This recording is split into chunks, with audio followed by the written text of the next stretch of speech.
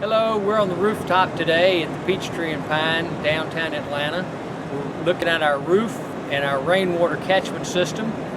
We have a group that's working on renovating the roof area in the old building, which will give us a new, take off all the old surface and give us a new membrane, waterproof membrane on the concrete roof so that then we can expand our garden. In addition, we have our rooftop rainwater catchment system, and we have two 500-gallon tanks here that catch rainwater off the roofs that are on top of the building. And we store that up here. We have a pump that then pumps it to the garden to water the garden. We have plans to expand this not only on here on the roof for the garden, but also to catch more water off the larger roof to go down into the building to hopefully at some point produce a rainwater system that will flush the toilets and hopefully do our clothes washing and showering too. So we have great plans to expand this. We're working on the plans now for the rooftop renovation, the new roof on the old building, and also expanding the garden. Hopefully we'll have another 80 beds on this new roof when we get the roof fixed and watertight. These are our bees and our beehive on the rooftop garden at Peachtree-Pine. It was contributed to the rooftop garden by Jay Parsons, the honey man, who's also a leader in the Atlanta Bee Club. And we've had it for about a year, and we just went in it yesterday or day before and split the hive and took 2 or 3 frames out with queen cells and took them to another apiary to develop into another hive. And this hive has probably about 30,000 bees in it as we speak, and has plenty of honey and lots of pollen.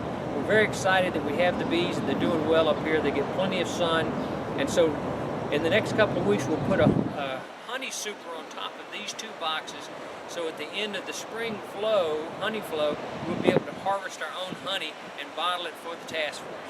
If anyone wants to come help us with the bees, expand our apiary, work the bees, please contact us through our website. Our spring garden, we've just started planting.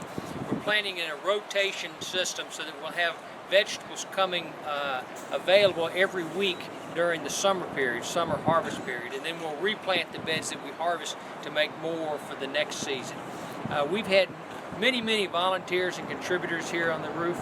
We've had not only men from the shelter coming up here and learning to garden, and then if they want to go further, they go to Truly Living Well, which is one of our partners.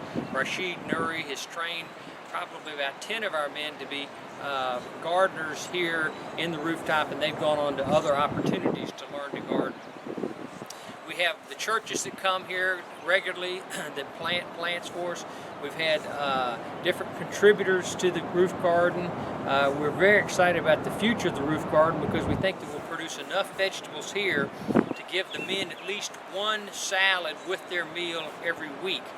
And as we expand to the new roof, which we were just at, and repair that roof and put 80 more beds, we'll have enough to do it twice a week, we're hoping.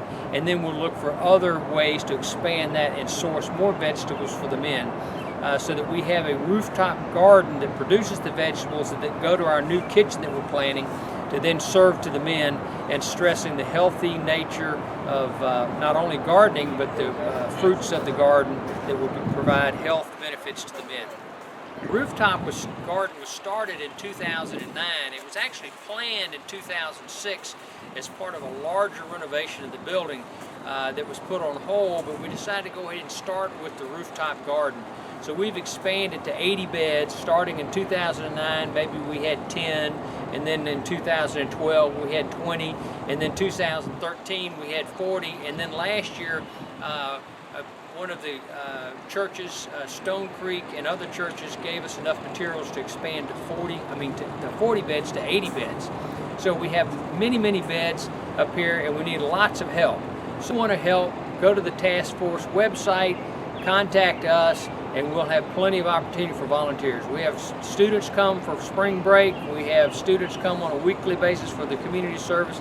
The men from the shelter help, and we have a lot of fun up here on the rooftop. So this is one of our gardens that we planted with our spring crop of, it looks like spinach in this one. And we've got over here, we've got collard greens. Now this is actually Swiss chard that we planted about 2 weeks ago, and so it's just now sprouted. It will be ready to harvest probably in about another 2 to 3 weeks. So probably the first or second week or middle of April we'll be able to harvest this. And so we've got every bed here planted, 80 beds planted, and so we'll have crops coming in here in the next 2 weeks all the way through the summer. Oh, we've got a few little strawberries.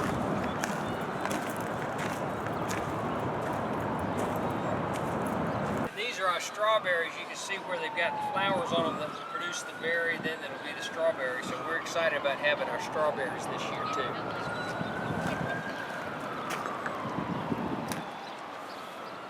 This is our mustard green bed, and we planted it 2 weeks ago, and it's really blossomed fast. So we've got a lot of mustard greens coming up here that should produce some good greens for the salad bowl in the next 2 weeks or so, I think.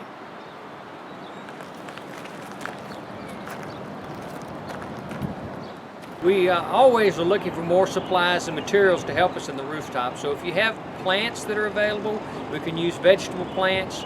If you and herbs, if you have seeds you want to contribute, we can use seeds. Also compost, we make our own compost. If you have compost you want to contribute that we can incorporate in our compost, that would be great. And again, if you want to volunteer, just check the website for all the information. Okay, how's it going?